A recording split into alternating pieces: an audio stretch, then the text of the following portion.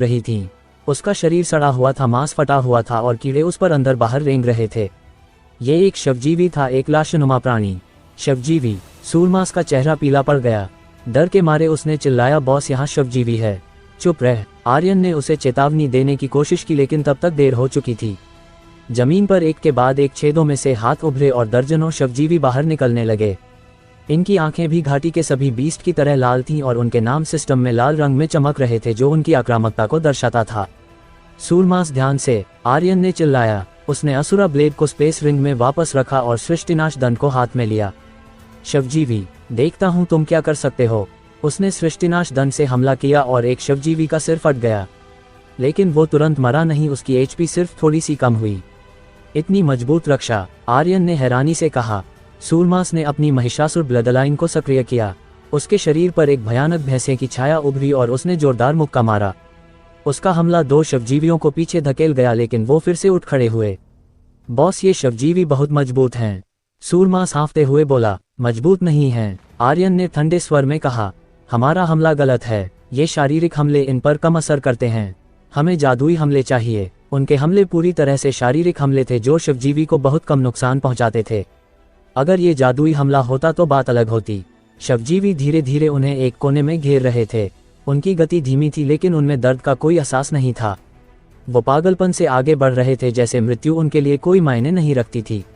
नहीं, इस तरह नहीं चलेगा। आर्यन ने भौहें सिकोड़ लीं। सूरमास मुश्किल से टिक रहा था और शवजीवियों को पीछे धकेल रहा था, लेकिन उनकी संख्या बढ़ती जा रही थी। अचानक आर्यन के दिमाग में एक विचार कौंधा। उसने अपनी चेतना सृष्टिनाश दंड में प्रवेश कराई। गरुड़ भाई, मुझे अपनी शक्ति उधार दो। सृष्टिनाश दंड के भीतर वह जंगली और बेकाबू तीन लाल आंखें हल्के से खुली और दंड के दोनों सिरों पर आग की लपटें भड़क उठीं। लेकिन ये साधारण आग नहीं थी, ये थी डिवाइन फायर, एक ऐसी शक्ति जो मृत्यु को भी जला सकती थी। इतनी आसानी से मान गया। आर्यन को थोड़ा शक हुआ, लेकिन उसके पास सोचने का वक्त नहीं था। उसने जोर से चिल्लाया, कमबख्त, तुम्हें हंगामा करना पसंद है ना? मेरे दंड का स्वाद चखो। सृष्टिनाश दंड नीचे गिरा और डिवाइन फायर की लपटें एक शवजीवी पर गिरीं। वो तुरंत जलकर राख हो गया। डिंग, बधाई हो आर्यन। एक शवजीवी को मारने पर 3200 एक्सपी पॉइंट्स, 240 काल ऊर्जा पॉइंट्स और एक काल मूल्य प्राप्त हुआ। हा, ये हुई ना बात। आर्यन उत्साह से चिल्लाया। इसके बाद वो शवजीवियों की भीड़ के बीच में कूद पड़ा और सृष्टिनाश दंड को पागलपन से घुमाने लगा। Boom boom boom, divine fire की घातक लपटें पूरी खदान में छा गईं। जो शवजीवी इनसे टकराता वो या तो तुरंत मर जाता या गंभीर रूप से घायल हो जाता। डिंग डिंग डिंग, सिस्टम की बीप लगातार बज रही थी। उसके एक्सपी पॉइंट्स आसमान छू रहे थे और काल मूल्य भी बढ़ रहे थे, लेकिन साथ ही उसकी काल ऊर्जा पहले की तुलना में 2 गुना खर्च हो रही थी। जैसे ही काल ऊर्जा मिलती, यह सृष्टिनाश दंड द्वारा निगल ली जाती और डिवाइन फायर और प्रचंड होती। पहले की तुलना में 2 गुना खर्च हो रही थी। जैसे ही काल ऊर्जा मिलती, यह सृष्टिनाश दंड द्वारा निगल ली जाती और डिवाइन फायर और प्रचंड होती। आर्यन का इस पर ध्यान नहीं गया। उसे केवल इतना महसूस हुआ कि सृष्टिनाश दंड के भीतर की शक्ति और मजबूत होती जा रही थी। बधाई हो आर्यन, आपने लेवल अप किया है। वर्तमान स्तर नीलतारा लेवल 3।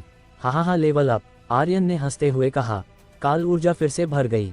फिर से आओ। वो और तेजी से हमला करने लगा। जहां भी गया, सृष्टिनाश दंड की शक्ति को उधार लेकर शवजीवियों को खत्म करता गया। सूरमास उसके पीछे पीछे था, उत्साह से चिल्ला रहा था, बॉस तू तो कमाल है। 10 मिनट बाद आर्यन एक और गुफा में प्रवेश कर चुका था। शवजीवियों की संख्या कम हो रही थी और उसकी काल ऊर्जा भी तेजी से खत्म हो रही थी। डिंग, सिस्टम सूचना, काल ऊर्जा समाप्त हो गई है, कृपया फिर से भरें। डिंग, सिस्टम सूचना, काल ऊर्जा समाप्त हो गई है, कृपया फिर से भरें। क्या? आर्यन का दिल कांप गया। काल ऊर्जा की खपत इतनी तेज है। डिवाइन फायर बुझने से पहले उसने आखिरी बार सृष्टिनाश दंड को लहराया और बचे हुए शवजीवियों को खत्म कर दिया। फिर दंड अपने आप सिकुड़ गया और स्पेस रिंग में वापस चला गया। कमबख्त, आर्यन ने जीभ कटकटाई। ये खपत तो बहुत ज्यादा है, लेकिन कमाल की ताकत है। उसने मन ही मन सोचा, अगर मैं इस डिवाइन फायर को पूरी तरह समझ लेता तो यह और भी विनाशकारी होता। उसकी चेतना फिर से सृष्टिनाश दंड में गई। गरुड़ भाई शुक्रिया। लेकिन दंड की आंखें अब शांत थीं।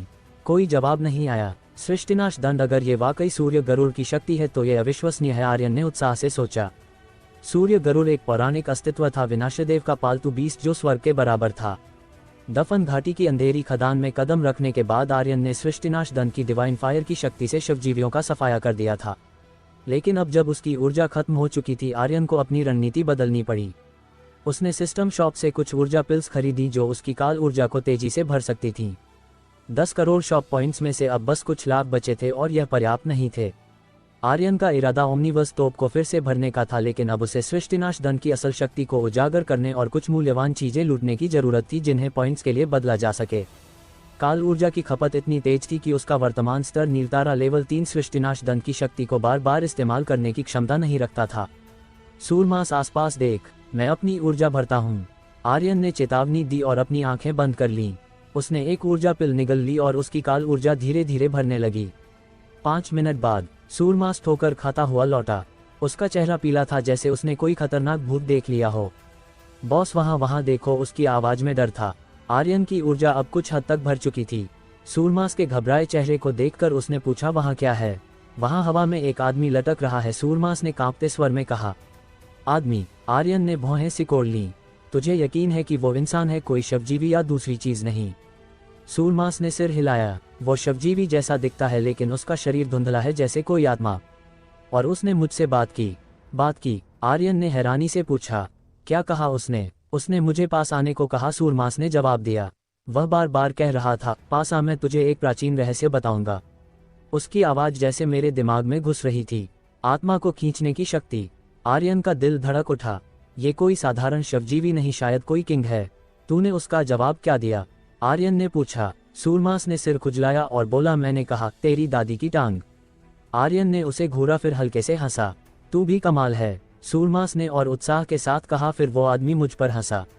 उसकी हंसी इतनी डरावनी थी कि मेरे रोंगटे खड़े हो गए। बॉस, ये खदान सचमुच अजीब है। ठीक है, आर्यन ने गंभीर स्वर में कहा, अपनी आत्मा की रक्षा कर। वो जो भी कहे उसे नजरअंदाज कर। चल देखते हैं वो कितना ताकतवर है। बात खत्म हुई। आर्यन ने भी अपनी आत्मा की रक्षा की और दोनों सावधानी से गुफा की गहराइयों में बढ़े।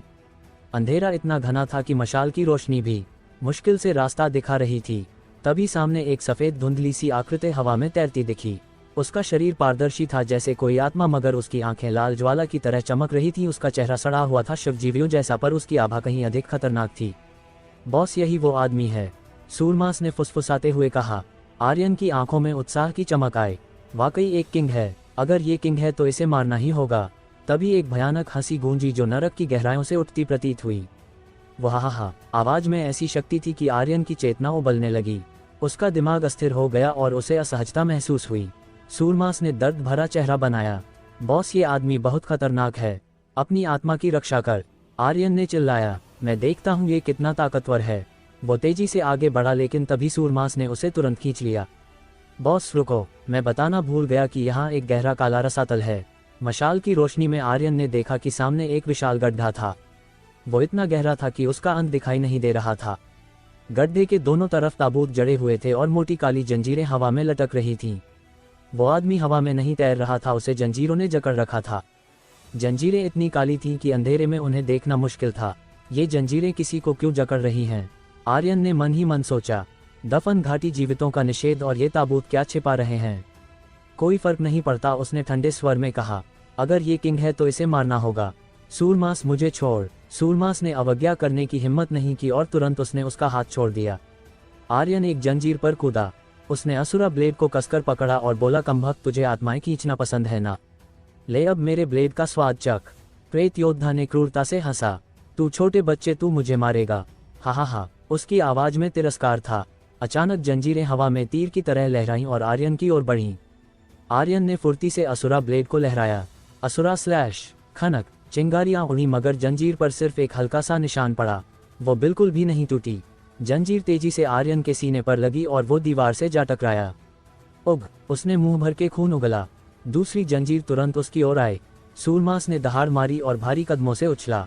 उसकी महिषासुर ब्लडलाइन की शक्ति फट पड़ी और उसने जंजीर को रोक लिया। बॉस, तू ठीक है? सूरमास ने चिल्लाया। आर्यन ने सांस ली और एक कदम पीछे हटा। मुझे यकीन नहीं कि मैं इसे मार नहीं सकता। उसने फिर से असुरा ब्लेड को लहराया और जंजीरों के बीच से बंदर की तरह फुर्ती से गुजरा। वो प्रेत योद्धा के करीब जा रहा था। जंजीरें और सघन हो रही थीं, पागलपन से उसकी ओर बढ़ रही थीं। मेरे लिए मर, आर्यन ने चिल्लाया और असुरा ब्लेड से प्रेत योद्धा के गले पर जोरदार वार किया। खनक, चिंगारियां उड़ी, मगर ब्लेड उछलकर दूर जा गिरा। आर्यन के अंगूठे और तर्जनी के बीच की झिल्ली फट गई और उसका हाथ सुन्न हो गया। ऐसा लगा जैसे उसने किसी अटूट धातु पर वार किया हो। प्रेत योद्धा ने सिर उठाया और क्रूरता से हंसा। बच्चे, तू मुझे मारना चाहता है? उसकी आंखों में आत्मा खींचने वाली शक्ति थी। वह हा। उसकी हंसी फिर गूंजी और एक जंजीर ने आर्यन के गले को जकड़ लिया। जंजीर तेजी से सिकुड़ने लगी और आर्यन की सांसें रुकने लगीं। बॉस, सूरमास ने चिल्लाया। प्रेत योद्धा ने ठंडे स्वर में कहा, जीवितों का निषेध दफन घाटी। यहाँ प्रवेश करने की हिम्मत की, अब जिंदा निकलने की सोचना भी मत। जंजीर और सिकुड़ने लगी। आर्यन की जान खतरे में थी, लेकिन तभी उसके मुंह का कोना मुड़ा और उसने क्रूर मुस्कान के साथ कहा, क्या सच में ऐसा है? कर्सड ब्लडलाइन, कर्स पिशाच तकनीक, मैं तुझे दिखाता हूँ कि मैं यहाँ से कैसे निकलता हूँ। उसका बायां हाथ हिला और उसकी हथेली प्रेत योद्धा के सीने पर टिकी। 20वें लेवल की कर्सड ब्लडलाइन की शक्ति फट पड़ी। कर्स पिशाच तकनीक ने प्रेत योद्धा की आत्मिक शक्ति को पागलपन से अवशोषित करना शुरू कर दिया। असुरा ब्लेड का हमला सिर्फ एक चाल था। कर्स पिशाच तकनीक उसका असली हथियार था। प्रेत योद्धा के सिर के ऊपर एचपी बार तेजी से खाली होने लगा। नहीं, उसने जोरदार चीख मारी। वो पूरी ताकत से छटपटाने लगा, लेकिन उस भयानक चूषण शक्ति को नहीं रोक पाया। कमभक्त घमंडी बन, आर्यन ने दहाड़ते हुए कहा, मैं तुझे सोखकर मार डालूंगा। सफेद छाया वाले प्रेत योद्धा का चेहरा डर से कांप रहा था। उसका सड़ा हुआ शरीर पागलपन से छटपटा रहा था और अपनी आखिरी शक्ति से जंजीरों को सिकुड़ने की कोशिश कर रहा था। पर आर्यन की कर्स पिशाच तकनीक की गति के सामने उसकी हर कोशिश नाकाम थी। उसकी आत्मिक शक्ति तेजी से सोखी जा रही थी और उसका शरीर धीरे धीरे एक कंकाल में बदल रहा था। खून की आखिरी बूंद भी गायब हो गई। प्रेत योद्धा का शरीर सिकुड़कर राख में तब्दील हो गया और उसे जकड़ने वाली काली जंजीरें ढीली पड़कर रसातल में गिर गईं। उसी पल सिस्टम की बीप गूंजी। डिंग, बधाई हो आर्यन, प्रेत योद्धा को मारने पर 100,000 एक्सपी पॉइंट्स, 8000 काल ऊर्जा पॉइंट्स और 1 काल मूल्य प्राप्त हुआ। बधाई हो आर्यन, डिवाइन स्टार रैंक की तकनीक आत्मा वशीकरण गीत प्राप्त हुई। क्या आप इसे सीखना चाहते हैं? बधाई हो आर्यन, धवल फॉर्मेशन का पहला लेवल अनलॉक हुआ। विशेष पुरस्कार, लेवल जोड़ 1। बधाई हो आर्यन, आपने लेवल अप किया है। वर्तमान स्तर, नीलतारा लेवल 4। कमभक्त, सूचनाओं की बाढ़ ने आर्यन को थोड़ा भ्रमित कर दिया। किंग लेवल का प्रेत योद्धा और दी केवल एक तकनीक। उसने मन ही मन सिस्टम को कोसा। उसने काल मूल्य को सक्रिय नहीं किया। उसके पास पहले से ही 300 से अधिक काल मूल्य थे, लेकिन वह उन्हें बर्बाद नहीं करना चाहता था। उसका लक्ष्य था कम से कम दूसरा लेवल का काल मूल्य सक्रिय करना। स्किल, आत्मा वशीकरण गीत। स्तर, डिवाइन स्टार रैंक लेवल 1। विवरण 1। एक गीत के माध्यम से 100 मीटर के दायरे में सभी बीस्ट 1 मिनट के लिए जम सकते हैं, लेकिन 1 मिनट बाद इसे दोबारा इस्तेमाल नहीं किया जा सकता। स्तर बढ़ने पर जमने का समय बढ़ेगा। उच्च स्तर पर यह बीस्ट के दिमाग को सीधे झटका दे सकता है।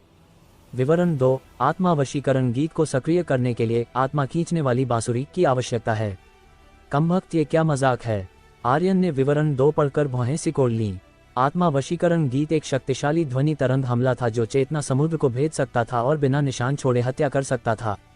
पर इसके लिए आत्मा खींचने वाली बांसुरी की जरूरत थी। अगर आर्यन वो बांसुरी नहीं ढूंढ पाया तो इस तकनीक का क्या फायदा? आत्मा वशीकरण गीत और आत्मा खींचने वाली बांसुरी का संयोजन ही इसकी शक्तियों को सक्रिय कर सकता था, तभी वह अपनी शक्ति दिखा सकता था। धवल फॉर्मेशन क्या है? आर्यन ने मन ही मन सोचा। वो थोड़ा हैरान था। पहला लेवल अनलॉक होने से मेरा लेवल बढ़ गया। अगर दूसरा लेवल अनलॉक हुआ तो क्या होगा? तभी एक जोरदार धमाका हुआ। जंजीरें तेजी से सिकुड़ने लगीं और एक एक करके अपनी जगह से अलग होकर गहरे रसातल में गिरने लगीं। बॉस, सूरमास ने चिल्लाकर असुरा ब्लेड आर्यन की ओर फेंका। आर्यन ने भौहें सिकुड़ते हुए ब्लेड को हवा में पकड़ा। मेरा बाहर इंतजार कर, उसने चिल्लाया। तूफानी पैर तकनीक। उसका शरीर एक सिकुड़ती जंजीर पर उतरा, लेकिन पलक झपकते ही एक और जंजीर प्रकट हुई जो उसे रसातल की गहराइयों में खींच रही थी। धातु की जंजीरों के टकराने की आवाज अंधेरे में गूंज रही थी। आर्यन की आकृति अंधेरे में समा गई। बॉस, सूरमास रसातल के किनारे पर चिल्लाया, लेकिन कोई जवाब नहीं आया। आर्यन जैसे गायब हो गया था। जंजीरों की गति इतनी तेज थी कि आर्यन को जमीन पर उतरने का मौका नहीं मिला। उड़न तलवार का उपयोग भी संभव नहीं था। वो अंधेरे रसातल में गिरता चला गया। ना जाने कितने वक्त बाद आर्यन को असहनीय गर्मी महसूस हुई। उसने आंखें खोली तो पाया कि वह एक चट्टान पर पड़ा था जिसके चारों ओर उबलता हुआ लावा बह रहा था। ये एक लावे का सागर था जिसका अंत दिखाई नहीं दे रहा था। उसने ऊपर देखा, अनंत अंधेरा था और रसातल का शीर्ष कहीं दिखाई नहीं दे रहा था। ये रसातल, क्या मैं धरती के केंद्र में हूँ? उसने बड़बड़ाते हुए कहा। नजदीकी चट्टान 100 मीटर दूर थी। इतनी दूरी को कूदकर पार करना असंभव था। तभी लावा अचानक उछला और एक फूल की तरह विस्फोट हुआ। उस विस्फोट से एक विशाल बीस्ट प्रकट हुआ। इसका शरीर लाल स्केलों से ढका था और इसकी 2 आंखें आग की तरह चमक रही थीं। Fire unicorn. आर्यन की आंखें सिकुड़ गईं। ये एक डिवाइन बीस्ट था जिसकी शक्ति सामान्य बीस्ट से कहीं ज्यादा थी। इसके अलावा वह इस लावे में आ जा सकता था पूरी तरह से बिना किसी बाधा के। वह मनचाहे उड़ सकता था और मनचाहे लावे में गोता लगा सकता था। फायर यूनिकॉर्न के पैरों के नीचे कुछ आग की लपटें हवा में तैर रही थीं। वह आर्यन को घूर रहा था। उसकी आंखें संदेह से भरी थीं। उसके लिए यह पहली बार था जब उसने एक इंसान देखा था। सटीक रूप से कहें तो उसने एक जीवित प्राणी देखा था। फायर यूनिकॉर्न ने अचानक बोलना शुरू किया, क्या तू स्वादिष्ट है? उसने गहरी गर्जन वाली आवाज में पूछा। आर्यन ने हल्के से हंसा। मेरा मांस बहुत बुरा है, खाने से उल्टी हो जाएगी, लेकिन मैं स्वादिष्ट खाना बना सकता हूँ। फायर यूनिकॉर्न की आंखें चमक उठीं। तो मेरे लिए कुछ स्वादिष्ट खाना बना जल्दी। यहाँ? आर्यन ने हैरानी से पूछा। हाँ यहाँ, फायर यूनिकॉर्न ने उत्साह से कहा। यहाँ कुछ भी नहीं है, आर्यन ने कहा। मैं खाना कैसे बना सकता हूँ? फायर यूनिकॉर्न ने जवाब दिया, खुद को मेरे लिए खाना बना। क्या तू मुझसे मजाक कर रहा है? आर्यन ने भौहें सिकोड़ लीं। नहीं, फायर यूनिकॉर्न ने गंभीरता से कहा। तूने कहा तू स्वादिष्ट खाना बना सकता है, तो खुद को बना, मैं तुझे बाद में खाऊंगा। ये कैसा तर्क है? आर्यन भ्रमित था। फायर यूनिकॉर्न ने अधीरता से कहा, जल्दी कर, मुझे भूख लगी है। उसका मुंह लार से टपक रहा था और लार उबलते लावे की तरह जमीन पर गिर रही थी। पास आ, आर्यन ने शांत स्वर में कहा। मैं तुरंत तेरे लिए बनाता हूँ। ठीक है। फायर यूनिकॉर्न बिना हिचकिचाए पास आ गया। वो आर्यन के हमले की सीमा में था। पहले की तुलना में 2 गुना खर्च हो रही थी। जैसे ही काल ऊर्जा मिलती, यह सृष्टिनाश दंड द्वारा निगल ली जाती और डिवाइन फायर और प्रचंड होती। आर्यन का इस पर ध्यान नहीं गया। उसे केवल इतना महसूस हुआ कि सृष्टिनाश दंड के भीतर की शक्ति और मजबूत होती जा रही थी। बधाई हो आर्यन, आपने लेवल अप किया है। वर्तमान स्तर नीलतारा लेवल 3। हा लेवल अप, आर्यन ने हंसते हुए कहा। काल ऊर्जा फिर से भर गई। फिर से आओ। वो और तेजी से हमला करने लगा। जहां भी गया सृष्टिनाश दंड की शक्ति को उधार लेकर शिवजीवियों को खत्म करता गया। सूरमास उसके पीछे पीछे था, उत्साह से चिल्ला रहा था। बॉस तू तो कमाल है। 10 मिनट बाद आर्यन एक और गुफा में प्रवेश कर चुका था। शिवजीवियों की संख्या कम हो रही थी और उसकी काल ऊर्जा भी तेजी से खत्म हो रही थी। डिंग, सिस्टम सूचना, काल ऊर्जा समाप्त हो गई है, कृपया फिर से भरें। डिंग, सिस्टम सूचना, काल ऊर्जा समाप्त हो गई है, कृपया फिर से भरें। क्या? आर्यन का दिल कांप गया। काल ऊर्जा की खपत इतनी तेज है। डिवाइन फायर बुझने से पहले उसने आखिरी बार सृष्टिनाश दंड को लहराया और बचे हुए शिवजीवियों को खत्म कर दिया। फिर दंड अपने आप सिकुड़ गया और स्पेस रिंग में वापस चला गया। कमबख्त, आर्यन ने जीभ कटकटाई। ये खपत तो बहुत ज्यादा है, लेकिन कमाल की ताकत है। उसने मन ही मन सोचा, अगर मैं इस डिवाइन फायर को पूरी तरह समझ लेता तो यह और भी विनाशकारी होता। उसकी चेतना फिर से सृष्टिनाश दंड में गई। गरुड़ भाई शुक्रिया। लेकिन दंड की आंखें अब शांत थीं। कोई जवाब नहीं आया। सृष्टिनाश दंड, अगर ये वाकई सूर्य गरुड़ की शक्ति है तो ये अविश्वसनीय है, आर्यन ने उत्साह से सोचा। सूर्य गरुड़ एक पौराणिक अस्तित्व था, विनाशदेव का पालतू बीस्ट जो स्वर्ग के बराबर था। दफन घाटी की अंधेरी खदान में कदम रखने के बाद आर्यन ने सृष्टिनाश दंड की डिवाइन फायर की शक्ति से शिवजीवियों का सफाया कर दिया था। लेकिन अब जब उसकी ऊर्जा खत्म हो चुकी थी, आर्यन को अपनी रणनीति बदलनी पड़ी। उसने सिस्टम शॉप से कुछ ऊर्जा पिल्स खरीदी जो उसकी काल ऊर्जा को तेजी से भर सकती थीं। 10 करोड़ शॉप पॉइंट्स में से अब बस कुछ लाख बचे थे और यह पर्याप्त नहीं थे। आर्यन का इरादा ओमनिवर्स तोप को फिर से भरने का था, लेकिन अब उसे सृष्टिनाश दंड की असल शक्ति को उजागर करने और कुछ मूल्यवान चीजें लूटने की जरूरत थी जिन्हें पॉइंट्स के लिए बदला जा सके। काल ऊर्जा की खपत इतनी तेज थी कि उसका वर्तमान स्तर नीलतारा लेवल 3 सृष्टिनाश दंड की शक्ति को बार बार इस्तेमाल करने की क्षमता नहीं रखता था। सूरमास, आसपास देख, मैं अपनी ऊर्जा भरता हूँ। आर्यन ने चेतावनी दी और अपनी आंखें बंद कर लीं। उसने एक ऊर्जा पिल निगल ली और उसकी काल ऊर्जा धीरे धीरे भरने लगी। 5 मिनट बाद सूरमास ठोकर खाता हुआ लौटा। उसका चेहरा पीला था, जैसे उसने कोई खतरनाक भूत देख लिया हो। बॉस वहाँ देखो, उसकी आवाज में डर था। आर्यन की ऊर्जा अब कुछ हद तक भर चुकी थी। सूरमास के घबराए चेहरे को देखकर उसने पूछा, वहाँ क्या है? वहाँ हवा में एक आदमी लटक रहा है, सूरमास ने कांपते स्वर में कहा। आदमी? आर्यन ने भौहें सिकोड़ लीं। तुझे यकीन है कि वो इंसान है, कोई शिवजीवी या दूसरी चीज नहीं? सूरमास ने सिर हिलाया। वो शिवजीवी जैसा दिखता है, लेकिन उसका शरीर धुंधला है जैसे कोई आत्मा। और उसने मुझसे बात की? आर्यन ने हैरानी से पूछा। क्या कहा उसने? उसने मुझे पास आने को कहा, सूरमास ने जवाब दिया। वह बार बार कह रहा था, पास आ, मैं तुझे एक प्राचीन रहस्य बताऊंगा। उसकी आवाज जैसे मेरे दिमाग में घुस रही थी। आत्मा को खींचने की शक्ति। आर्यन का दिल धड़क उठा। ये कोई साधारण शिवजीवी नहीं, शायद कोई किंग है। तूने उसका जवाब क्या दिया? आर्यन ने पूछा। सूरमास ने सिर खुजलाया और बोला, मैंने कहा तेरी दादी की टांग। आर्यन ने उसे घूरा फिर हल्के से हंसा। तू भी कमाल है, सूरमास ने और उत्साह के साथ कहा। फिर वो आदमी मुझ पर हंसा। उसकी हंसी इतनी डरावनी थी कि मेरे रोंगटे खड़े हो गए। बॉस, ये खदान सचमुच अजीब है। ठीक है, आर्यन ने गंभीर स्वर में कहा, अपनी आत्मा की रक्षा कर। वो जो भी कहे उसे नजरअंदाज कर। चल देखते हैं वो कितना ताकतवर है। बात खत्म हुई। आर्यन ने भी अपनी आत्मा की रक्षा की और दोनों सावधानी से गुफा की गहराइयों में बढ़े। अंधेरा इतना घना था कि मशाल की रोशनी भी मुश्किल से रास्ता दिखा रही थी। तभी सामने एक सफेद धुंधली सी आकृति हवा में तैरती दिखी। उसका शरीर पारदर्शी था जैसे कोई आत्मा, मगर उसकी आंखें लाल ज्वाला की तरह चमक रही थी। उसका चेहरा सड़ा हुआ था शिवजीवियों जैसा, पर उसकी आभा कहीं अधिक खतरनाक थी।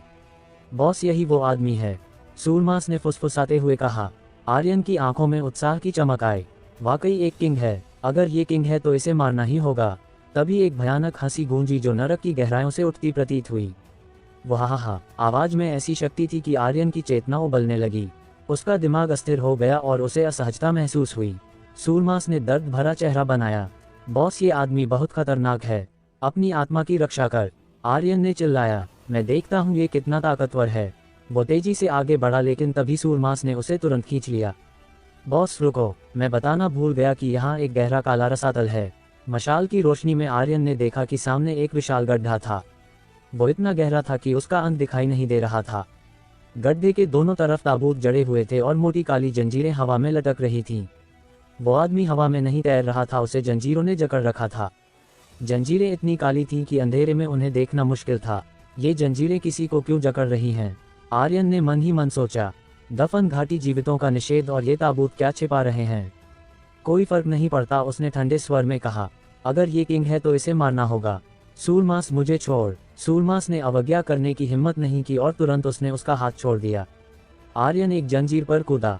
उसने असुरा ब्लेड को कसकर पकड़ा और बोला, कमबख्त, तुझे आत्माएं खींचना पसंद है ना? ले अब मेरे ब्लेड का स्वाद चख। प्रेत योद्धा ने क्रूरता से हंसा। तू छोटे बच्चे, तू मुझे मारेगा?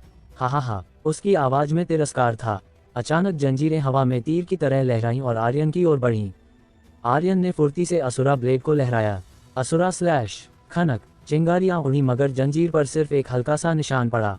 वो बिल्कुल भी नहीं टूटी। जंजीर तेजी से आर्यन के सीने पर लगी और वो दीवार से जा टकराया। उग, उसने मुंह भर के खून उगला। दूसरी जंजीर तुरंत उसकी ओर आई। सूरमास ने दहाड़ मारी और भारी कदमों से उछला। उसकी महिषासुर ब्लडलाइन की शक्ति फट पड़ी और उसने जंजीर को रोक लिया। बॉस, तू ठीक है? सूरमास ने चिल्लाया। आर्यन ने सांस ली और एक कदम पीछे हटा। मुझे यकीन नहीं कि मैं इसे मार नहीं सकता। उसने फिर से असुरा ब्लेड को लहराया और जंजीरों के बीच से बंदर की तरह फुर्ती से गुजरा। वो प्रेत योद्धा के करीब जा रहा था। जंजीरें और सघन हो रही थीं, पागलपन से उसकी ओर बढ़ रही थीं। मेरे लिए मर, आर्यन ने चिल्लाया और असुरा ब्लेड से प्रेत योद्धा के गले पर जोरदार वार किया। खनक, चिंगारियां उड़ी, मगर ब्लेड उछलकर दूर जा गिरा। आर्यन के अंगूठे और तर्जनी के बीच की झिल्ली फट गई और उसका हाथ सुन्न हो गया। ऐसा लगा जैसे उसने किसी अटूट धातु पर वार किया हो। प्रेत योद्धा ने सिर उठाया और क्रूरता से हंसा। बच्चे, तू मुझे मारना चाहता है? उसकी आंखों में आत्मा खींचने वाली शक्ति थी। वाह, उसकी हंसी फिर गूंजी और एक जंजीर ने आर्यन के गले को जकड़ लिया। जंजीर तेजी से सिकुड़ने लगी और आर्यन की सांसें रुकने लगीं। बॉस, सूरमास ने चिल्लाया। प्रेत योद्धा ने ठंडे स्वर में कहा, जीवितों का निषेध दफन घाटी। यहाँ प्रवेश करने की हिम्मत की, अब जिंदा निकलने की सोचना भी मत। जंजीर और सिकुड़ने लगी। आर्यन की जान खतरे में थी, लेकिन तभी उसके मुंह का कोना मुड़ा और उसने क्रूर मुस्कान के साथ कहा, क्या सच में ऐसा है? कर्सड ब्लडलाइन, कर्सपिशाच तकनीक, मैं तुझे दिखाता हूँ कि मैं यहाँ से कैसे निकलता हूँ। उसका बायां हाथ हिला और उसकी हथेली प्रेत योद्धा के सीने पर टिकी। 20वें लेवल की कर्सड ब्लडलाइन की शक्ति फट पड़ी। कर्सपिशाच तकनीक ने प्रेत योद्धा की आत्मिक शक्ति को पागलपन से अवशोषित करना शुरू कर दिया। असुरा ब्लेड का हमला सिर्फ एक चाल था। कर्सपिशाच तकनीक उसका असली हथियार था। प्रेत योद्धा के सिर के ऊपर एचपी बार तेजी से खाली होने लगा। नहीं, उसने जोरदार चीख मारी। वो पूरी ताकत से छटपटाने लगा, लेकिन उस भयानक चूषण शक्ति को नहीं रोक पाया। कमबख्त, घमंडी बन, आर्यन ने दहाड़ते हुए कहा। मैं तुझे सोखकर मार डालूंगा। सफेद छाया वाले प्रेत योद्धा का चेहरा डर से कांप रहा था। उसका सड़ा हुआ शरीर पागलपन से छटपटा रहा था और अपनी आखिरी शक्ति से जंजीरों को सिकोड़ने की कोशिश कर रहा था। पर आर्यन की कर्सपिशाच तकनीक की गति के सामने उसकी हर कोशिश नाकाम थी। उसकी आत्मिक शक्ति तेजी से सोखी जा रही थी और उसका शरीर धीरे धीरे एक कंकाल में बदल रहा था। खून की आखिरी बूंद भी गायब हो गई। प्रेत योद्धा का शरीर सिकुड़कर राख में तब्दील हो गया और उसे जकड़ने वाली काली जंजीरें ढीली पड़कर रसातल में गिर गईं। उसी पल सिस्टम की बीप गूंजी। डिंग, बधाई हो आर्यन, प्रेत योद्धा को मारने पर 100,000 एक्सपी पॉइंट्स, 8000 काल ऊर्जा पॉइंट्स और 1 काल मूल्य प्राप्त हुआ। बधाई हो आर्यन, डिवाइन स्टार रैंक की तकनीक आत्मा वशीकरण गीत प्राप्त हुई। क्या आप इसे सीखना चाहते हैं? बधाई हो आर्यन, धवल फॉर्मेशन का पहला लेवल अनलॉक हुआ। विशेष पुरस्कार लेवल जोड़ 1। बधाई हो आर्यन, आपने लेवल अप किया है। वर्तमान स्तर नीलतारा लेवल 4। कमभक्त, सूचनाओं की बाढ़ ने आर्यन को थोड़ा भ्रमित कर दिया। किंग लेवल का प्रेत योद्धा और दी केवल एक तकनीक, उसने मन ही मन सिस्टम को कोसा। उसने काल मूल्य को सक्रिय नहीं किया। उसके पास पहले से ही 300 से अधिक काल मूल्य थे, लेकिन वह उन्हें बर्बाद नहीं करना चाहता था। उसका लक्ष्य था कम से कम दूसरा लेवल का काल मूल्य सक्रिय करना। स्किल आत्मा वशीकरण गीत। स्तर डिवाइन स्टार रैंक लेवल 1। विवरण 1 गीत के माध्यम से 100 मीटर के दायरे में सभी बीस्ट 1 मिनट के लिए जम सकते हैं, लेकिन 1 मिनट बाद इसे दोबारा इस्तेमाल नहीं किया जा सकता। स्तर बढ़ने पर जमने का समय बढ़ेगा। उच्च स्तर पर यह बीस्ट के दिमाग को सीधे झटका दे सकता है। विवरण 2 आत्मा वशीकरण गीत को सक्रिय करने के लिए आत्मा खींचने वाली बांसुरी की आवश्यकता है। कमभक्त, ये क्या मजाक है? आर्यन ने विवरण 2 पढ़कर भौहें सिकोड़ लीं। आत्मा वशीकरण गीत एक शक्तिशाली ध्वनि तरंग हमला था जो चेतना समुद्र को भेद सकता था और बिना निशान छोड़े हत्या कर सकता था, पर इसके लिए आत्मा खींचने वाली बांसुरी की जरूरत थी। अगर आर्यन वो बांसुरी नहीं ढूंढ पाया तो इस तकनीक का क्या फायदा? आत्मा वशीकरण गीत और आत्मा खींचने वाली बांसुरी का संयोजन ही इसकी शक्तियों को सक्रिय कर सकता था, तभी वह अपनी शक्ति दिखा सकता था। धवल फॉर्मेशन क्या है? आर्यन ने मन ही मन सोचा। वो थोड़ा हैरान था, पहला लेवल अनलॉक होने से मेरा लेवल बढ़ गया। अगर दूसरा लेवल अनलॉक हुआ तो क्या होगा? तभी एक जोरदार धमाका हुआ। जंजीरें तेजी से सिकुड़ने लगीं और एक एक करके अपनी जगह से अलग होकर गहरे रसातल में गिरने लगीं। बॉस, सूरमास ने चिल्लाकर असुरा ब्लेड आर्यन की ओर फेंका। आर्यन ने भौहें सिकुड़ते हुए ब्लेड को हवा में पकड़ा। मेरा बाहर इंतजार कर, उसने चिल्लाया। तूफानी पैर तकनीक। उसका शरीर एक सिकुड़ती जंजीर पर उतरा, लेकिन पलक झपकते ही एक और जंजीर प्रकट हुई जो उसे रसातल की गहराइयों में खींच रही थी। धातु की जंजीरों के टकराने की आवाज अंधेरे में गूंज रही थी। आर्यन की आकृति अंधेरे में समा गई। बॉस, सूरमास रसातल के किनारे पर चिल्लाया, लेकिन कोई जवाब नहीं आया।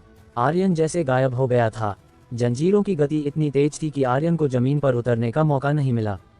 उड़न तलवार का उपयोग भी संभव नहीं था। वो अंधेरे रसातल में गिरता चला गया। ना जाने कितने वक्त बाद आर्यन को असहनीय गर्मी महसूस हुई।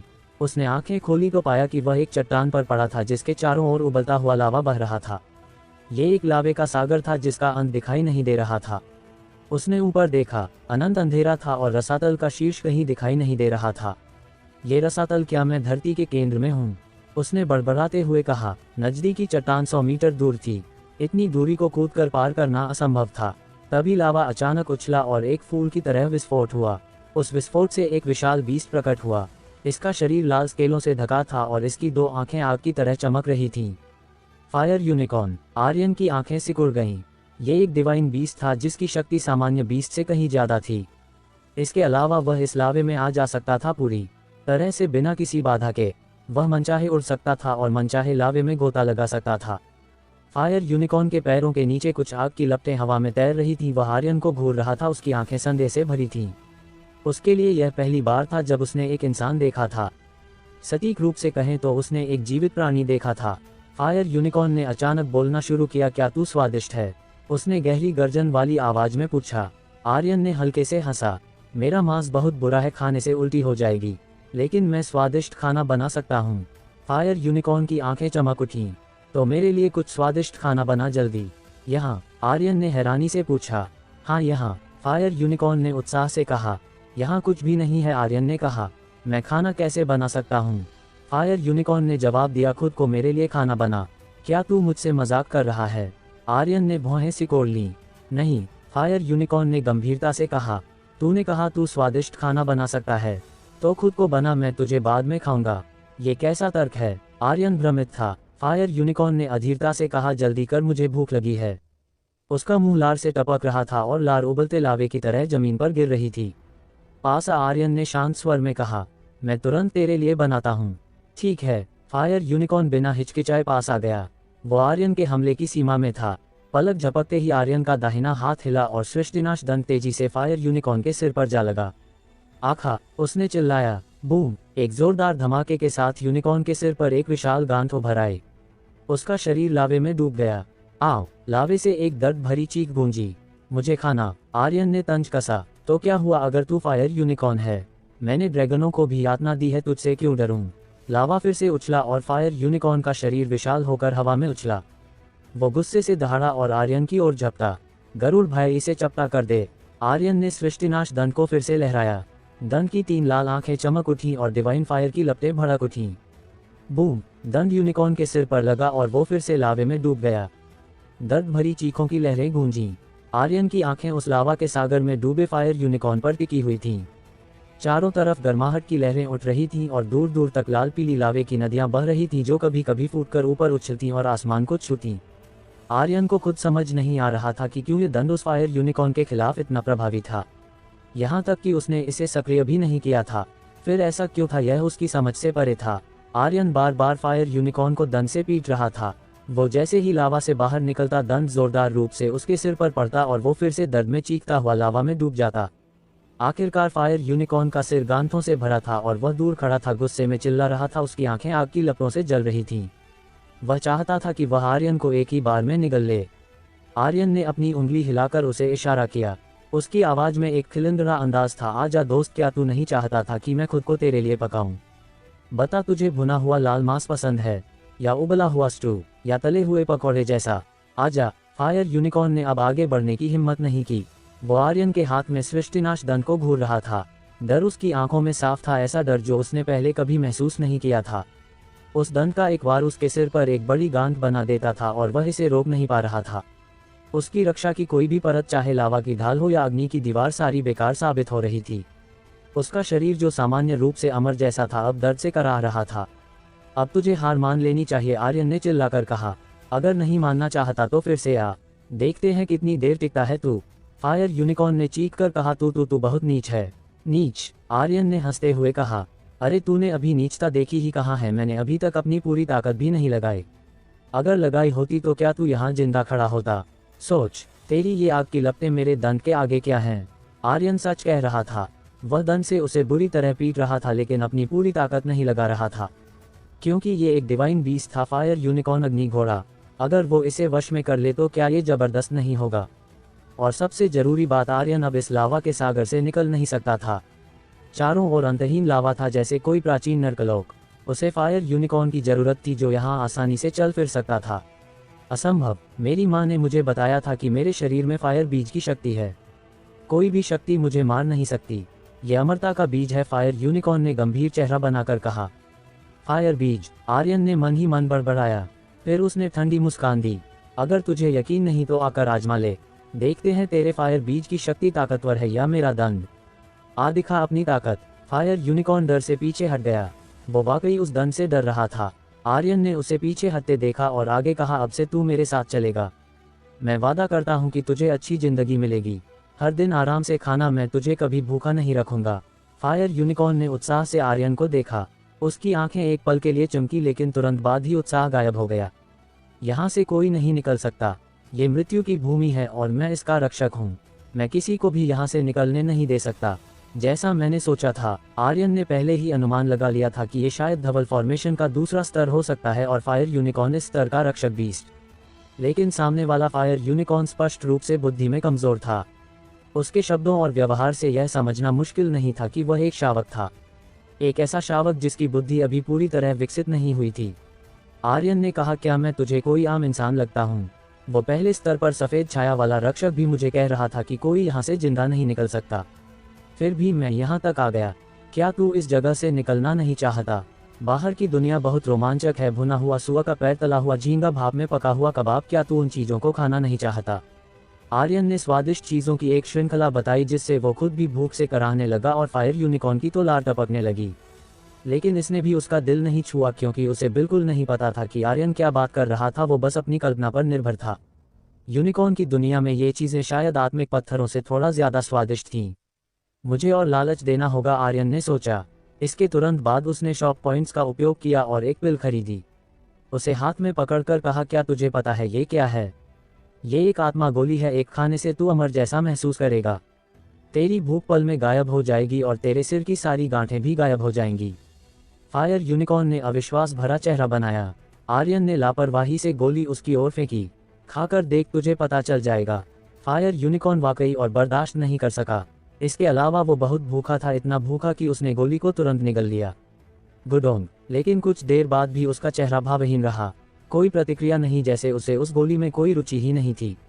आर्यन ने दांत पीसे। ठीक है, मैं और कोशिश करूंगा। उसने अपने सारे शॉप पॉइंट्स इस्तेमाल करके बहुत सारी हील पिल खरीदी। ये गोलियां मीठी और ठंडी थी जैसे गुड़ की मिठाई, और फायर यूनिकॉर्न को जरूर पसंद आएंगी। पहले एक काफ़ी नहीं थी तो आर्यन 300 का इस्तेमाल करेगा। वो एक धनकुबेर की तरह बर्ताव कर रहा था, मगर उसका दिल दुख रहा था जैसे कोई व्यापारी घाटे में। फायर यूनिकॉर्न को मारने के लिए वो सख्त और नर्म दोनों तरीके अपना रहा था। आर्यन ने 300 गोलियां फेंक दी। फायर यूनिकॉर्न ने एक ही बार में उन्हें पकड़ लिया। इस बार उसने हल्के से चबाया। उस पल में उसकी आंखें चमक उठी जैसे वो किसी स्वप्निल दुनिया में प्रवेश कर गया हो। यह अतुलनीय रूप से अद्भुत था, जैसे एक बच्चा मिठाई खा रहा हो। इसके बाद उसके सिर की बड़ी बड़ी गांठें एक एक करके गायब होने लगी। उसके लिए यह अतुलनीय रूप से जादुई था। फायर यूनिकॉर्न उत्साह से आर्यन के पास दौड़कर आया। और है, ये बहुत स्वादिष्ट है। आर्यन को दिल में दर्द हुआ। उसने इन पिल्स को खरीदने के लिए अपने सारे शॉप पॉइंट्स खर्च कर दिए थे, लेकिन उसे अभी धनकुबेर होने का नाटक करना था और तिरस्कार भरे अंदाज में बोला, ये गोलियां क्या मायने रखती हैं? मेरे पास घर में इससे भी ज़्यादा स्वादिष्ट गोलियां हैं, ढेर सारी। क्या तू खाना चाहता है? फायर यूनिकॉर्न ने चूजे की तरह सिर हिलाया। हाँ हाँ हाँ, आर्यन ने तुरंत कहा। तो क्या तू मेरे साथ चलने को तैयार है? आज से मैं तेरा मास्टर हूँ। मेरे शब्द आदेश हैं। अगर तू ये कर सकता है तो मैं तुझे इतनी गोलियां दूंगा कि तू खाते खाते हार जाएगा। फायर यूनिकॉर्न का चेहरा उत्साह से भर गया। बिना किसी हिचकिचाहट के उसने कहा, मास्टर। आर्यन बहुत खुश हुआ। उसने खांसकर कहा, जल्दी मत बुला। क्या तुझे इस जगह से निकलने का रास्ता पता है? फायर यूनिकॉर्न ने जल्दी से सिर हिलाया, फिर तुरंत जल्दी से सिर हिलाकर मना किया। आर्यन गुस्से में आ गया और बोला, तुझे पता है या नहीं, इतना छोटा काम भी नहीं कर सकता और तू मेरी गोलियां खाना चाहता है। फायर यूनिकॉर्न ने जैसे कोई कठिन निर्णय लिया हो और बोला, मुझे पता है, लेकिन तुझे मुझसे वादा करना होगा कि तू मुझे ढेर सारी गोलियां खाने देगा। आर्यन ने कहा, मैं आर्यन हमेशा अपने वादे निभाता हूँ। ठीक है, फायर यूनिकॉर्न ने कहा, तो मैं तेरे साथ चलूंगा। डिंग, बधाई हो आर्यन। फायर यूनिकॉर्न को वश में करने के लिए 1,00,000 XP पॉइंट्स और 10,000 काल ऊर्जा पॉइंट्स विशेष पुरस्कार के रूप में प्राप्त हुए। आर्यन के पेट स्पेस में फायर यूनिकॉर्न का एक चिन्ह प्रकट हुआ। इसके बाद आर्यन ने फायर यूनिकॉर्न की शॉप सिस्टम में कीमत जांची। वो हक्का बक्का रह गया। 100 करोड़ यानी 1 अरब पॉइंट्स। हाय देवी, किसी चीज़ का मूल्य मापने का सबसे आसान तरीका था शॉप पॉइंट्स। महिषासुर ब्लडलाइन की कीमत 38 करोड़ शॉप पॉइंट्स थी। वो एक देव स्तर ब्लडलाइन थी जिसकी ताकत किसी भी योद्धा को अजेय बना सकती थी। लेकिन फायर यूनिकॉर्न, उसकी कीमत थी 1 अरब पॉइंट्स। ये ऐसी अवधारणा थी जो आर्यन के दिमाग को हिला देने के लिए काफ़ी थी। आर्यन अपनी मुस्कान को रोक नहीं पा रहा था। किस्मत से वो इसे पाने में सफल हो गया था, वरना वो यहीं मारा जाता। फिर आर्यन ने फायर यूनिकॉर्न से पूछा, हम यहाँ से कैसे निकलेंगे? फायर यूनिकॉर्न ने जवाब दिया, मास्टर, निकास इस लावा के नीचे है। आर्यन की सांसें थम सी गईं। उसकी पीठ पर ठंडा पसीना छलक आया। इतना क्रूर, उसने मन ही मन सोचा। लावे में कौन कूदने की हिम्मत करेगा? उसने फायर यूनिकॉर्न की ओर देखा और पूछा, क्या तुम्हारे पास मुझे नीचे ले जाने का कोई तरीका है? फायर यूनिकॉर्न ने कहा, मेरी पीठ पर बैठ जाओ। आर्यन ने उसके शरीर से निकल रही लाल लपटों को देखा। उसका मन हिचकिचाया। ये लपटें क्या ये मुझे जला नहीं देंगी? फायर यूनिकॉर्न ने हल्के से हंसते हुए कहा, मास्टर, मेरी मर्जी के बिना ये लपटें कुछ नहीं करेंगी और न ही लावा जलाएगा। ये सुनकर आर्यन का डर कम हुआ। फायर यूनिकॉर्न जमीन पर घुटनों के बल बैठ गया, अपना शरीर नीचे झुका लिया जैसे कोई वफादार सवारी। उसके दिमाग में शायद स्वादिष्ट भोजन की कल्पना चल रही थी, क्योंकि उसकी लार टपक रही थी।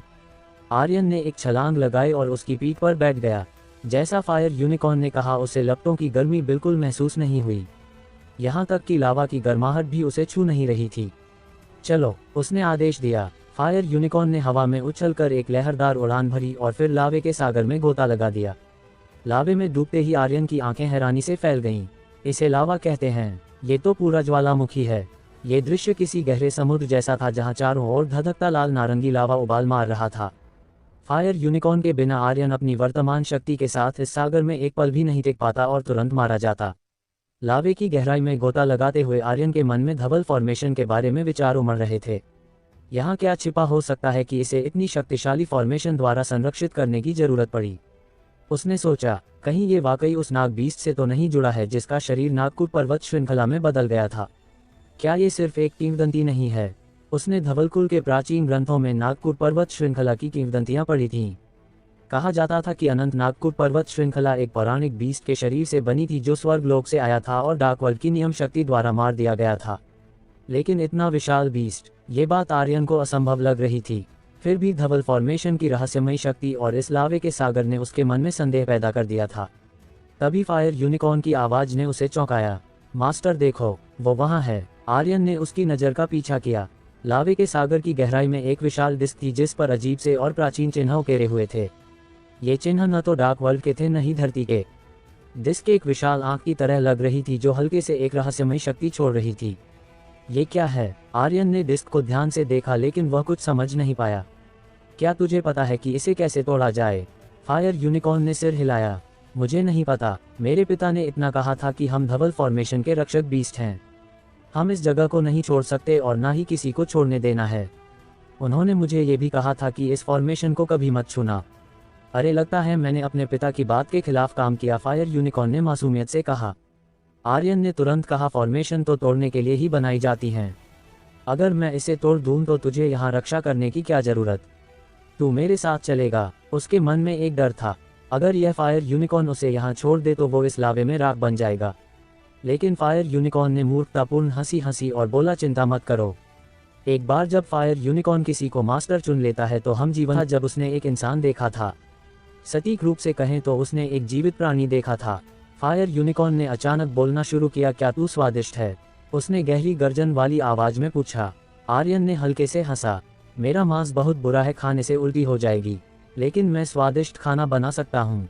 फायर यूनिकॉर्न की आंखें चमक उठीं। तो मेरे लिए कुछ स्वादिष्ट खाना बना जल्दी। यहाँ? आर्यन ने हैरानी से पूछा। हाँ यहाँ, फायर यूनिकॉर्न ने उत्साह से कहा। यहाँ कुछ भी नहीं है, आर्यन ने कहा। मैं खाना कैसे बना सकता हूँ? फायर यूनिकॉर्न ने जवाब दिया, खुद को मेरे लिए खाना बना। क्या तू मुझसे मजाक कर रहा है? आर्यन ने भौहें सिकोड़ लीं। नहीं, फायर यूनिकॉर्न ने गंभीरता से कहा। तूने कहा तू स्वादिष्ट खाना बना सकता है, तो खुद को बना, मैं तुझे बाद में खाऊंगा। ये कैसा तर्क है? आर्यन भ्रमित था। फायर यूनिकॉर्न ने अधीरता से कहा, जल्दी कर, मुझे भूख लगी है। उसका मुंह लार से टपक रहा था और लार उबलते लावे की तरह जमीन पर गिर रही थी। पास आर्यन ने शांत स्वर में कहा, मैं तुरंत तेरे लिए बनाता हूँ। ठीक है। फायर यूनिकॉर्न बिना हिचकिचाए पास आ गया। वो आर्यन के हमले की सीमा में था। पलक झपकते ही आर्यन का दाहिना हाथ हिला और सृष्टिनाश दंड तेजी से फायर यूनिकॉर्न के सिर पर जा लगा। आखा! उसने चिल्लाया। बूम! एक जोरदार धमाके के साथ यूनिकॉर्न के सिर पर एक विशाल गांठ उभर आई। उसका शरीर लावे में डूब गया। आओ! लावे से एक दर्द भरी चीख गूंजी। मुझे खाना! आर्यन ने तंज कसा। तो क्या हुआ अगर तू फायर यूनिकॉर्न है? मैंने ड्रैगनों को भी यातना दी है, तुझसे क्यों डरूं? लावा फिर से उछला और फायर यूनिकॉर्न का शरीर विशाल होकर हवा में उछला। वो गुस्से से दहाड़ा और आर्यन की ओर झपटा। गरुड़ भाई, इसे चपटा कर दे। आर्यन ने सृष्टिनाश दंड को फिर से लहराया। दंड की 3 लाल आंखें चमक उठीं और डिवाइन फायर की लपटें भड़क उठीं। बूम! दंड यूनिकॉर्न के सिर पर लगा और वो फिर से लावे में डूब गया। दर्द भरी चीखों की लहरें गूंजीं। आर्यन की आंखें उस लावा के सागर में डूबे फायर यूनिकॉर्न पर टिकी हुई थीं। चारों तरफ गर्माहट की लहरें उठ रही थीं और दूर दूर तक लाल पीली लावे की नदियां बह रही थीं जो कभी कभी फूटकर ऊपर उछलतीं और आसमान को छूतीं। आर्यन को खुद समझ नहीं आ रहा था कि क्यों ये दंड उस फायर यूनिकॉर्न के खिलाफ इतना प्रभावी था। यहाँ तक कि उसने इसे सक्रिय भी नहीं किया था। फिर ऐसा क्यों था, यह उसकी समझ से परे था। आर्यन बार बार फायर यूनिकॉर्न को दंड से पीट रहा था। वो जैसे ही लावा से बाहर निकलता, दंड जोरदार रूप से उसके सिर पर पड़ता और वो फिर से दर्द में चीखता हुआ लावा में डूब जाता। आखिरकार फायर यूनिकॉर्न का सिर गांठों से भरा था और वह दूर खड़ा था, गुस्से में चिल्ला रहा था। उसकी आंखें आग की लपटों से जल रही थीं। वह चाहता था कि वह आर्यन को एक ही बार में निगल ले। आर्यन ने अपनी उंगली हिलाकर उसे इशारा किया। उसकी आवाज में एक खिलंदड़ा अंदाज था। आजा दोस्त, क्या तू नहीं चाहता था कि मैं खुद को तेरे लिए पकाऊं? बता, तुझे भुना हुआ लाल मांस पसंद है या उबला हुआ स्टू या तले हुए पकौड़े जैसा? आजा। फायर यूनिकॉर्न ने अब आगे बढ़ने की हिम्मत नहीं की। वो आर्यन के हाथ में सृष्टिनाश दंड को घूर रहा था। डर उसकी आंखों में साफ था, ऐसा डर जो उसने पहले कभी महसूस नहीं किया था। उस दंड का एक वार उसके सिर पर एक बड़ी गांठ बना देता था और वह इसे रोक नहीं पा रहा था। उसकी रक्षा की कोई भी परत, चाहे लावा की ढाल हो या अग्नि की दीवार, सारी बेकार साबित हो रही थी। उसका शरीर जो सामान्य रूप से अमर जैसा था, अब दर्द से कराह रहा था। अब तुझे हार मान लेनी चाहिए, आर्यन ने चिल्लाकर कहा। अगर नहीं मानना चाहता तो फिर से आ, देखते हैं कितनी देर टिकता है तू। फायर यूनिकॉर्न ने चीख कर कहा। तू बहुत नीच है। नीच? आर्यन ने हंसते हुए कहा। अरे तूने अभी नीचता देखी ही कहाँ है, मैंने अभी तक अपनी पूरी ताकत भी नहीं लगाई। अगर लगाई होती तो क्या तू यहाँ जिंदा खड़ा होता? सोच, तेरी ये आग की लपटें मेरे दंड के आगे क्या हैं? आर्यन सच कह रहा था। वह दंड से उसे बुरी तरह पीट रहा था, लेकिन अपनी पूरी ताकत नहीं लगा रहा था, क्योंकि ये एक डिवाइन बीस्ट था, फायर यूनिकॉर्न, अग्नि घोड़ा। अगर वो इसे वश में कर ले तो क्या ये जबरदस्त नहीं होगा? और सबसे जरूरी बात, आर्यन अब इस लावा के सागर से निकल नहीं सकता था। चारों ओर अंतहीन लावा था, जैसे कोई प्राचीन नरकलोक। उसे फायर यूनिकॉर्न की जरूरत थी जो यहाँ आसानी से चल फिर सकता था। असंभव। मेरी माँ ने मुझे बताया था कि मेरे शरीर में फायर बीज की शक्ति है। कोई भी शक्ति मुझे मार नहीं सकती। ये अमरता का बीज है, फायर यूनिकॉर्न ने गंभीर चेहरा बनाकर कहा। फायर बीज? आर्यन ने मन ही मन बड़बड़ाया। फिर उसने ठंडी मुस्कान दी। अगर तुझे यकीन नहीं तो आकर आजमा ले, देखते हैं तेरे फायर बीज की शक्ति ताकतवर है या मेरा दंड। आ दिखा अपनी ताकत। फायर यूनिकॉर्न डर से पीछे हट गया। वो वाकई उस दंड से डर रहा था। आर्यन ने उसे पीछे हटते देखा और आगे कहा, अब से तू मेरे साथ चलेगा। मैं वादा करता हूँ कि तुझे अच्छी जिंदगी मिलेगी। हर दिन आराम से खाना, मैं तुझे कभी भूखा नहीं रखूंगा। फायर यूनिकॉर्न ने उत्साह से आर्यन को देखा। उसकी आंखें एक पल के लिए चमकी, लेकिन तुरंत बाद ही उत्साह गायब हो गया। यहाँ से कोई नहीं निकल सकता। ये मृत्यु की भूमि है और मैं इसका रक्षक हूँ। मैं किसी को भी यहाँ से निकलने नहीं दे सकता। जैसा मैंने सोचा था, आर्यन ने पहले ही अनुमान लगा लिया था कि ये शायद धवल फॉर्मेशन का दूसरा स्तर हो सकता है और फायर यूनिकॉर्न इस स्तर का रक्षक बीस्ट। लेकिन सामने वाला फायर यूनिकॉर्न स्पष्ट रूप से बुद्धि में कमजोर था। उसके शब्दों और व्यवहार से यह समझना मुश्किल नहीं था कि वह एक शावक था, एक ऐसा शावक जिसकी बुद्धि अभी पूरी तरह विकसित नहीं हुई थी। आर्यन ने कहा, क्या मैं तुझे कोई आम इंसान लगता हूँ? वो पहले स्तर पर सफ़ेद छाया वाला रक्षक भी मुझे कह रहा था कि कोई यहाँ से जिंदा नहीं निकल सकता। फिर भी मैं यहाँ तक आ गया। क्या तू इस जगह से निकलना नहीं चाहता? बाहर की दुनिया बहुत रोमांचक है। भुना हुआ सुअर का पैर, तला हुआ झींगा, भाप में पका हुआ कबाब, क्या तू उन चीज़ों को खाना नहीं चाहता? आर्यन ने स्वादिष्ट चीज़ों की एक श्रृंखला बताई, जिससे वो खुद भी भूख से कराहने लगा और फायर यूनिकॉर्न की तो लार टपकने लगी। लेकिन इसने भी उसका दिल नहीं छुआ, क्योंकि उसे बिल्कुल नहीं पता था कि आर्यन क्या बात कर रहा था। वो बस अपनी कल्पना पर निर्भर था। यूनिकॉर्न की दुनिया में ये चीज़ें शायद आत्मिक पत्थरों से थोड़ा ज्यादा स्वादिष्ट थीं। मुझे और लालच देना होगा, आर्यन ने सोचा। इसके तुरंत बाद उसने शॉप पॉइंट्स का उपयोग किया और एक पिल खरीदी। उसे हाथ में पकड़कर कहा, क्या तुझे पता है ये क्या है? ये एक आत्मा गोली है। एक खाने से तू अमर जैसा महसूस करेगा। तेरी भूख पल में गायब हो जाएगी और तेरे सिर की सारी गांठें भी गायब हो जाएंगी। फायर यूनिकॉर्न ने अविश्वास भरा चेहरा बनाया। आर्यन ने लापरवाही से गोली उसकी ओर फेंकी। खाकर देख, तुझे पता चल जाएगा। फायर यूनिकॉर्न वाकई और बर्दाश्त नहीं कर सका। इसके अलावा वो बहुत भूखा था, इतना भूखा कि उसने गोली को तुरंत निगल लिया। गुडोंग। लेकिन कुछ देर बाद भी उसका चेहरा भावहीन रहा। कोई प्रतिक्रिया नहीं, जैसे उसे उस गोली में कोई रुचि ही नहीं थी। आर्यन ने दांत पीसे। ठीक है, मैं और कोशिश करूंगा। उसने अपने सारे शॉप पॉइंट्स इस्तेमाल करके बहुत सारी हील पिल खरीदी। ये गोलियां मीठी और ठंडी थीं, जैसे गुड़ की मिठाई, और फायर यूनिकॉर्न को जरूर पसंद आएंगी।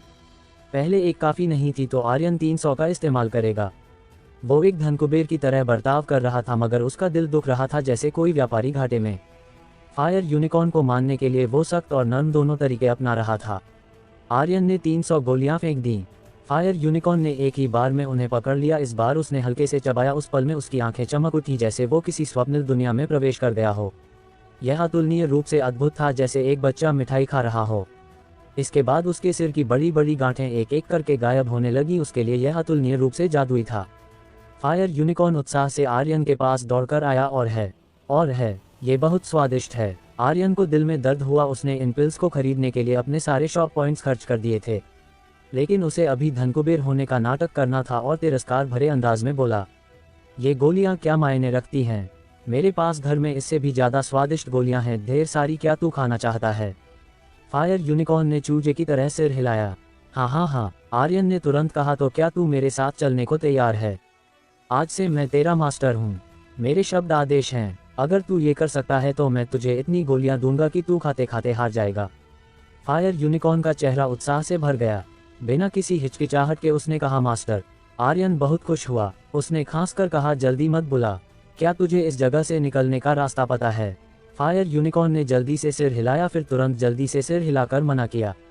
आर्यन गुस्से में आ गया और बोला, तुझे पता है या नहीं, इतना छोटा काम भी नहीं कर सकता और तू मेरी गोलियां खाना चाहता है। फायर यूनिकॉर्न ने जैसे कोई कठिन निर्णय लिया हो और बोला, मुझे पता है, लेकिन तुझे मुझसे वादा करना होगा कि तू मुझे ढेर सारी गोलियां खाने देगा। आर्यन ने कहा, मैं आर्यन हमेशा अपने वादे निभाता हूँ। ठीक है, फायर यूनिकॉर्न ने कहा, तो मैं तेरे साथ चलूंगा। डिंग, बधाई हो आर्यन। फायर यूनिकॉर्न को वश में करने के लिए 1,00,000 XP पॉइंट्स और 10,000 काल ऊर्जा पॉइंट्स विशेष पुरस्कार के रूप में प्राप्त हुए। आर्यन के पेट स्पेस में फायर यूनिकॉर्न का एक चिन्ह प्रकट हुआ। इसके बाद आर्यन ने फायर यूनिकॉर्न की शॉप सिस्टम में कीमत जांची। वो हक्का बक्का रह गया। 100 करोड़ यानी 1 अरब पॉइंट्स। हाय देवी, किसी चीज़ का मूल्य मापने का सबसे आसान तरीका था शॉप पॉइंट्स। महिषासुर ब्लडलाइन की कीमत 38 करोड़ शॉप पॉइंट्स थी। वो एक देव स्तर ब्लडलाइन थी जिसकी ताकत किसी भी योद्धा को अजेय बना सकती थी। लेकिन फायर यूनिकॉर्न, उसकी कीमत थी 1 अरब पॉइंट्स। ये ऐसी अवधारणा थी जो आर्यन के दिमाग को हिला देने के लिए काफ़ी थी। आर्यन अपनी मुस्कान को रोक नहीं पा रहा था। किस्मत से वो इसे पाने में सफल हो गया था, वरना वो यहीं मारा जाता। फिर आर्यन ने फायर यूनिकॉर्न से पूछा, हम यहाँ से कैसे निकलेंगे? फायर यूनिकॉर्न ने जवाब दिया, मास्टर, निकास इस लावा के नीचे है। आर्यन की सांसें थम सी गईं। उसकी पीठ पर ठंडा पसीना छलक आया। इतना क्रूर, उसने मन ही मन सोचा। लावे में कौन कूदने की हिम्मत करेगा? उसने फायर यूनिकॉर्न की ओर देखा और पूछा, क्या तुम्हारे पास मुझे नीचे ले जाने का कोई तरीका है? फायर यूनिकॉर्न ने कहा, मेरी पीठ पर बैठ जाओ। आर्यन ने उसके शरीर से निकल रही लाल लपटों को देखा। उसका मन हिचकिचाया। ये लपटें, क्या ये मुझे जला नहीं देंगी? फायर यूनिकॉर्न ने हल्के से हंसते हुए कहा, मास्टर, मेरी मर्जी के बिना ये लपटें कुछ नहीं करेंगी और नहीं लावा जलाएगा। ये सुनकर आर्यन का डर कम हुआ। फायर यूनिकॉर्न जमीन पर घुटनों के बल बैठ गया, अपना शरीर नीचे झुका लिया जैसे कोई वफादार सवारी। उसके दिमाग में शायद स्वादिष्ट भोजन की कल्पना चल रही थी, क्योंकि उसकी लार टपक रही थी। आर्यन ने एक छलांग लगाई और उसकी पीठ पर बैठ गया। जैसा फायर यूनिकॉर्न ने कहा, उसे लपटों की गर्मी बिल्कुल महसूस नहीं हुई। यहाँ